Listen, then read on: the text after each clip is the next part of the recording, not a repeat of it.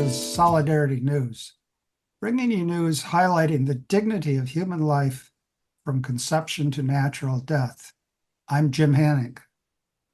And I'm Dominic Carlo.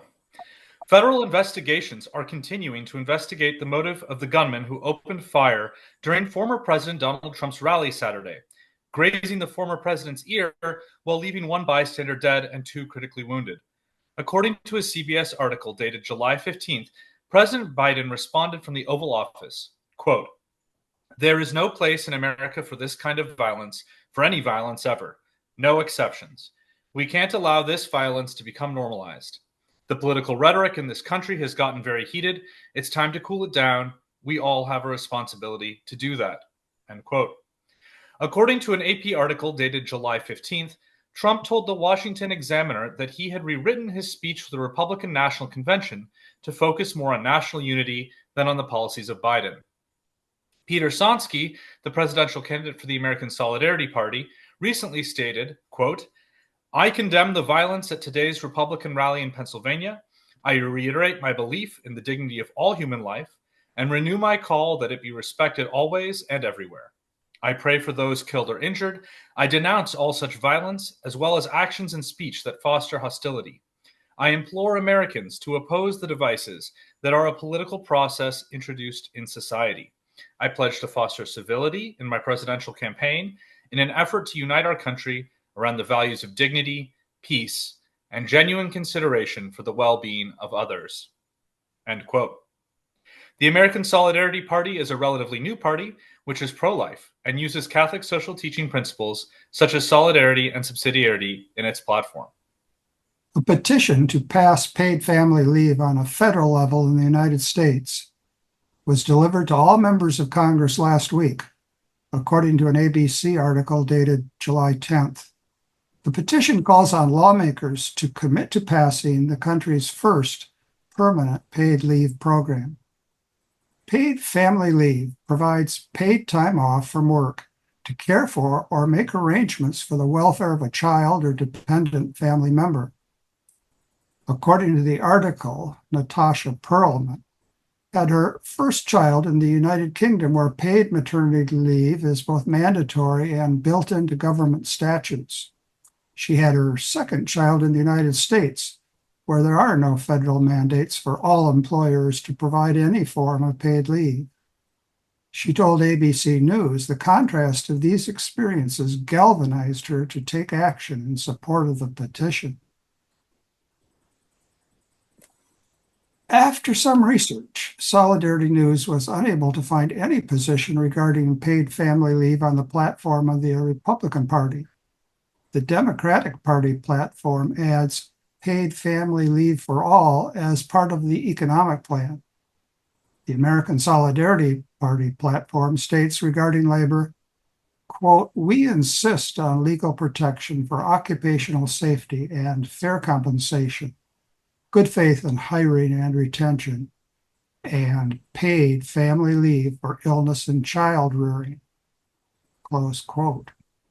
According to a message on X by American Solidarity Party presidential candidate Peter Sonski, quote, "I also will promote paid family leave, so infants receive nurturing from their mothers and fathers, flexible work hours, and affordable child care options." Pornhub will soon be blocked in Indiana and Kentucky amid a battle over the state's age verification laws. According to an article from PC Mag from June 25th, 2024, the states joined Texas, Arkansas, Mississippi, Montana, North Carolina, Virginia, and Utah, where the adult site is also blocked. Pornhub is the most popular pornographic website worldwide as of February 2024, with 10.8 billion monthly visits. Exposure to pornography is widespread, with approximately 70% of youth between 15 and 17 years of age having been exposed to pornographic material unintentionally, as found in Kaiser Family Foundation's survey, with parents largely unaware of this occurrence. Pornography addiction is prevalent in adult men, exhibiting harmful compulsive behavior. According to an article from the American Academy of Family Practice from 2012, quote, So-called sexual addiction constitutes a growing national concern, with an estimated 3 to 6% of adults affected, although it is difficult to reliably describe the prevalence. Internet filtering research suggests that 10% of men in the United States admit to internet sexual addiction. End quote. There are biological findings as seen with drug addiction, according to a Nature article from 2017.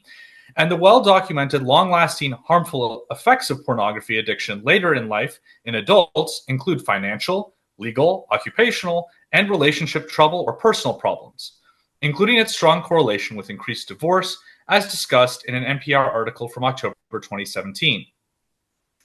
After some research, Solidarity Newsbrief was unable to find any official stance on pornography by the Republican or Democratic parties in the United States. The American Solidarity Party platform states, quote, "We believe pornography and prostitution are grave social ills, deeply intertwined with human trafficking, sexual assault, and child abuse. We support laws that criminalize the production and sale of pornography and deny categorically that pornography is protected speech." End quote. The Constitution Party, also a third party, states in its platform that, quote, "We call on all levels of government to protect and promote that which is truly free speech, while vigorously defending and enforcing laws that protect us from the proliferation of the pornography and sexually oriented business industries, because they are proven to be toxic to community standards, lower property values, and increase crime." Close quote. The Constitution Party has a pro-life platform, but generally advocates for a lower level of government involvement in social programs. The Republican National Committee moved last week to adopt a party platform that reflects former President Donald Trump's position opposing a federal abortion ban and setting limits to states, thus omitting the explicit basis for a national ban for the first time in 40 years. According to a July 9th AP News article, Trump imposed his priorities on the RNC's platform committee as he seeks to steer clear during his campaign of strict abortion language, even while taking credit for setting up the 2022 reversal of Roe v. Wade by the Supreme Court. In contrast, a July 15th National Review article highlighted the American Solidarity Party's pro-life stance in an article titled "The New Party of Life." The article states, "The American Solidarity Party has a winning ticket, and as much as it captures something of the pro-life vision, loving and welcome, that is all too often lost today, at least someone is giving it a try, and maybe even keeping that chorus of voices never to be heard here in mind." The article also states, quote, "Meanwhile, with the Republican Party's changes regarding abortion and its platform, it's hard to believe it is a cause for the long haul, never mind eternity. The platform no longer calls for an end to abortion, opting instead for the leave it to the states position. This platform and Donald Trump have abandoned even a nominal claim to the moral high ground. 50 years was enough, evidently. Good day for now, and remember, all human life has dignity from conception to natural death."